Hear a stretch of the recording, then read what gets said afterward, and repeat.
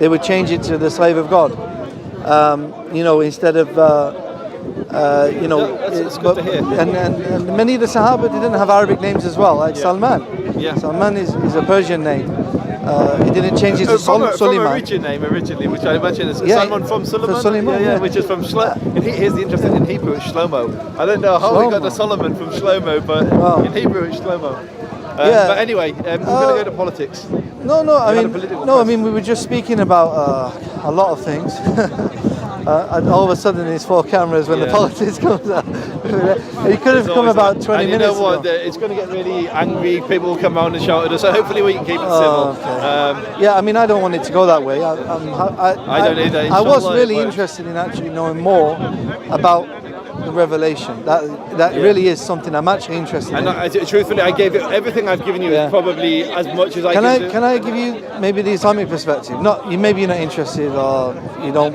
I know you're not interested, but very briefly. I am more interested in where we're going to go with politics, though, just because that is why. I mean, it's not my forte. But you did have a political. You just don't want to do politics. Okay. One thing I would ask is, what are your opinions on Israel, Palestine? And don't assume that my opinions are what you think. By the way, don't assume. I won't. Because you might be shocked. No, so far everything you've said has been quite not what I'd expect. So when it came to Israel, Palestine, I wouldn't expect it to be the same either.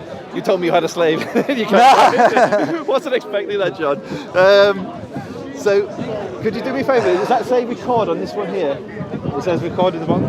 Let me just check.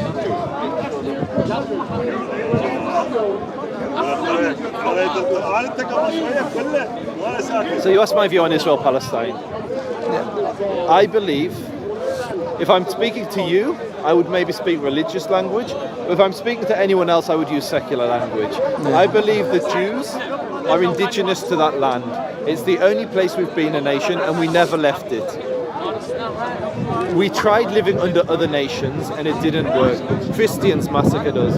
Atheists massacred us. Muslims, unfortunately, massacred us in some points in history.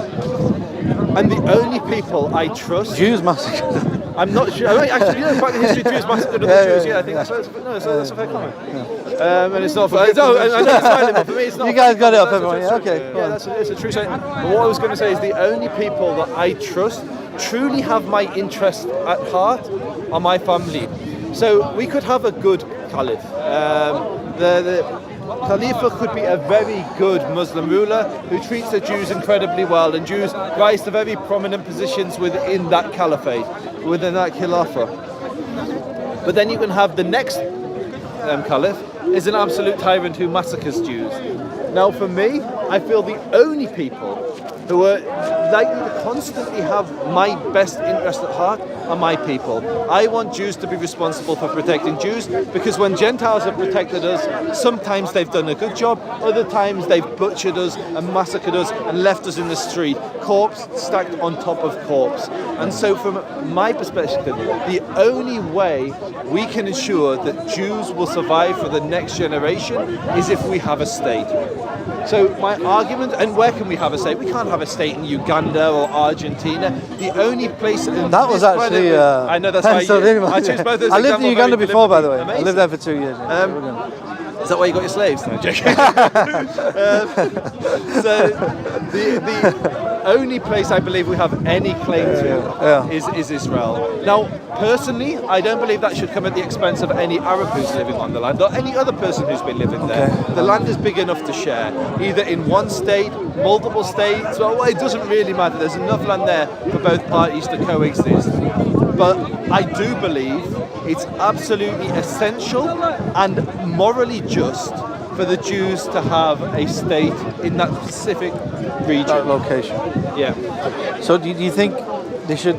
Is the boundaries to that state? What should the boundaries be? So I think they're up for negotiation. So as an example... Is there specific boundaries you would prefer?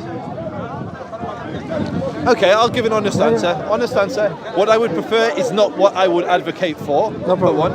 So I would say my preference would be Judea and Samaria, so the West Bank and Israel. I'm not bothered about Gaza. I'm actually not bothered about Eilat either, but we will keep it. But the holiest sites in the Jewish world are first and foremost Jerusalem, and then after Jerusalem, certain sites within the West Bank. most of those sites are in areas that many in the international community would say is Palestinian territory. I would dispute that. But you asked me what my preference was. My preference isn't necessarily what's the best solution for peace and for all the people in the land. And so while that land is the holiest land you could imagine for us, I think that life, blood, is more important than soil. And so I would be willing to give up land and rocks for human life. So Hebron is a great example. My forefathers are buried in Hebron.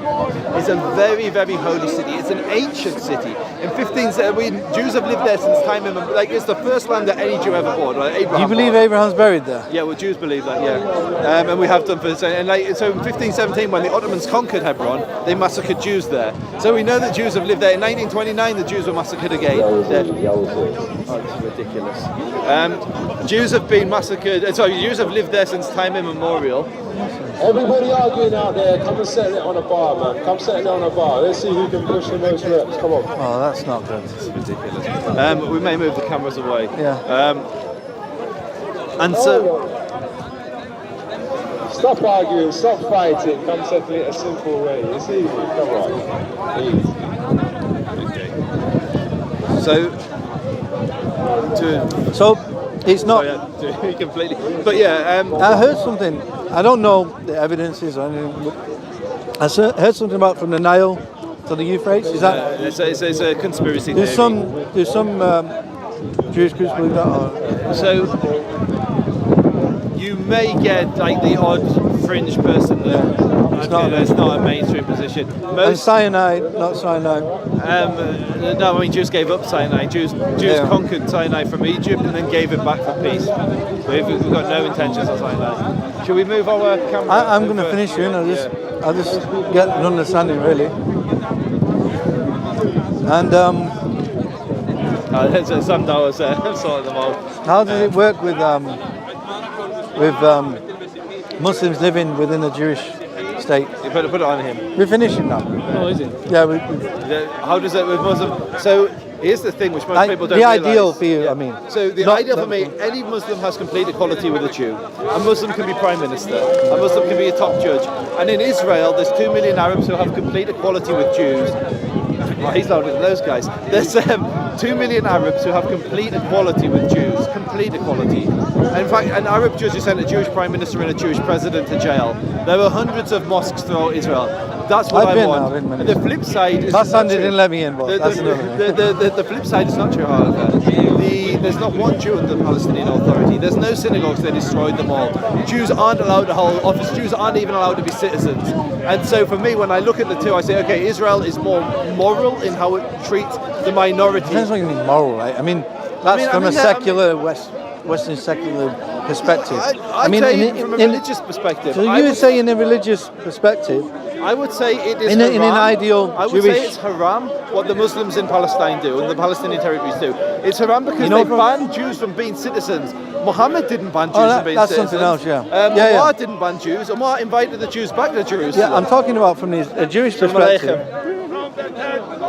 From a Jewish perspective, would you have Gentiles in public office? I mean, not Israel. I mean, in the past, in some of the Jewish kingdoms, would you have Gentiles and pagans in public office? I mean, I don't think there's you would, a concept of a ger toshav, which is a resident alien. So it's a citizen of the state that isn't Jewish. They have to subscribe to certain laws. They have their own religious codes. It's actually quite similar to how Islam operates.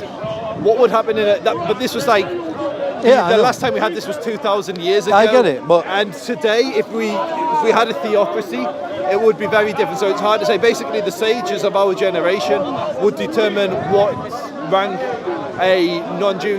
For instance, you wouldn't have a non-Jewish king because the king has to be from a certain line. But we're getting into like ancient concepts which wouldn't be applicable today. We wouldn't have a king. We'd have a religious court. You might have a king one day. I mean, if it happened, how would it work? You know, I mean, I don't think Israel itself is the ideal for a Jewish state, is it? So I think it's the best that's available for us at the moment. And what I mean by that is, in the old days, like the ancient kingdom, if you sat on the Sanhedrin, which is the court that determines what that made it a theocracy, which made it a religious state. The judges had to be steeped in secular wisdom and steeped in Jewish law. They were the greatest minds, like secular and religious minds, and they are the people that define the Judaism I practice today. They define the values, or they helped shape the values that modernity is based upon. And so these great scholars who spoke multiple languages, knew mathematics, science, philosophy, Torah, halacha, everything. We don't have that today. Our rabbis today are incredibly knowledgeable on Jewish law, but ignorant where it comes to secular law. So I don't think we are ready for a religious state. There would be division. But what would be the ideal? Like these rabbis. The ideal would what be, would they? So what are they? How it was set up before, I believe, is the ideal, but we're just not ready for that. With the kingdom. The key thing is the Sanhedrin, the Beit Din Hagadol, which is the Supreme Court. And they would set laws for the people. It was like made of 71 plus men, and they would determine what laws the people The last time that was Ezra, or so since then as well? Yeah, it's actually we kind of consider it to be Rav Ashi and Ravina, who were the final rabbis who brought together the Talmud and helped codify the Talmud. Because basically how it works is, does a court have the authority to rule for all Jews in the land? And when we went into exile, it became very hard to have one court judging for all Jews. Yeah. And so what I believe is that this court system was the right system. You had the finest, religious and secular minds in one court, and they would pass a law. And if the people accepted the law, they followed the law, it became binding. If the people were unable to, the court then had to repeal the law, as long as it didn't contravene Torah law. So, as an example, Jews are not allowed to drink wine that could have been used for idolatry. And so they decreed that we can't even use wine that's been handled by a non-Jewish person in case that non-Jew used it for idolatry. They made this, and that's binding today. I can only drink wine or grape juice that's been handled by Jews in case it's been used for idolatry. They made the same decree for olive oil, but the people weren't able to keep the olive oil, and they kept on buying Greek olive oil, so the court repealed that law. And so what you have is this court system, which is like a balance of having like a meritocracy, the greatest minds, but are only able to pass laws that the people democratically accept. So for me, that's a good system, and that is our system. It would obviously be updated because man has updated since. So it is how you do it. Yeah, I get it. So the democracy of Israel, if you like, kind of does fit in with that. Yeah, I think Israel's not religious though, and it's not ready to be religious. Israel's very divided between secular and religious people, and you wouldn't be able to have a panel of rabbis that the secular Jews would accept, and you wouldn't have a secular leaders that the religious Jews would accept. So what's your plan for the territories which would be the ideal? Is it a gradual my takeover? My plan is to advocate for peace, but advocate for a strong Israel. So peace without compromising Jewish security. There is certain places over the Green Line. I absolutely think Israel has a league. I was there literally last week at a place called Givat Etam, which is just outside of Efrat, which is just south of Bethlehem. Yeah. Israel purchased that land in 1943 from a monastery at the bottom of the valley. Israel has every right to that land, legally and everything. That land was purchased by Jews. It's Jewish land. It should not be part of the Palestinian state. I would potentially compromise that in the name of peace.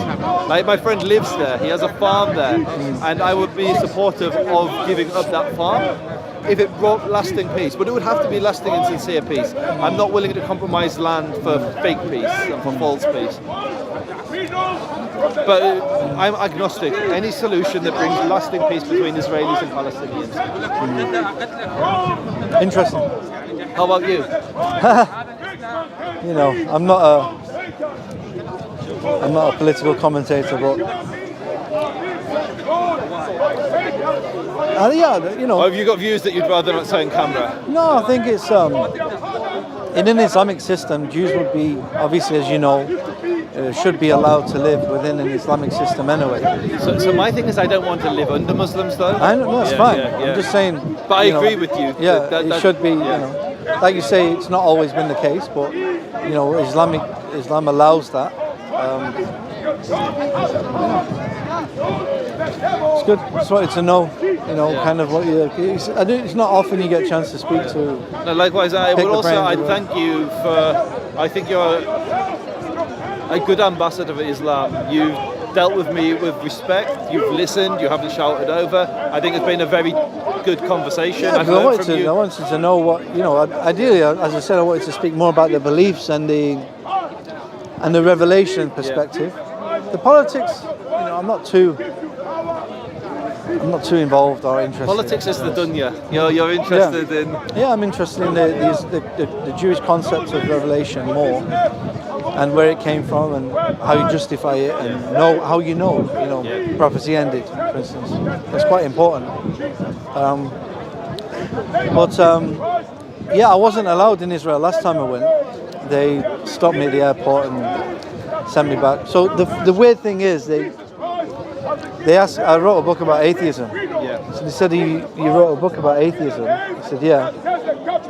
They said, are you going to write a book about Judaism? I said, probably not, because Muslims are not becoming Jewish. Yeah. It's not a theological challenge for us in that perspective. They didn't like it, so.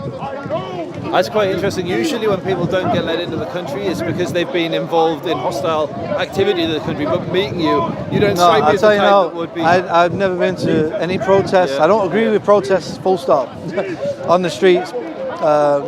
You know, I don't agree with public protests. It's not something I subscribe to. If you do visit again, I'll give you my card, and I'm not saying I can get you into the country, but I know people. I would connect with the Israeli government regularly. I know people that work in that area, and there's maybe something I can do to help. Yeah, I spoke to Tovia Singer as well. Rabbi, I don't know if you know him. I know him well. Yeah, I spoke to him. I speak to him sometimes as well, and he said the same thing. Yeah. He said, look, when you get there, you know, I would like to go, and just make sure but yeah. I said, I'm just interested in picking your brain, and I've not seen your videos. I don't. Most of my videos are the worst. Like, I come to this park, it's filled with anti-Semites, many of them are Muslim, and so my videos are conflict. I would much rather have a conversation like this, where it's respectful, we learn from each other. I'm not threatened by you, you're not threatened by me. It shows my audience that actually this park isn't just filled with lunatics. They're actually good Muslims who have a good head on their shoulders that don't keep slaves, even for freeing. No, but yeah, I still actually would like to do that one day, free a slave. I mean, I'd like to free many slaves. I just wouldn't like to purchase one to do it. Okay. It's nice speaking to you. Likewise. Jazakallahu khairan, akhi. Thank you. Don't know which one's yours. This one's my one. The problem of disease, the problem of affliction, Jesus Christ will set you free from every problem. I don't know whose mic this is. I tell you what, if you give them to me, I'll make sure that they all get their mics back. From devil, free from witchcraft, free from death. Jesus Christ will set you free. Be Jewish. Be Jewish. Be Jewish. I've got a lot of that. Yeah, definitely. Thank you.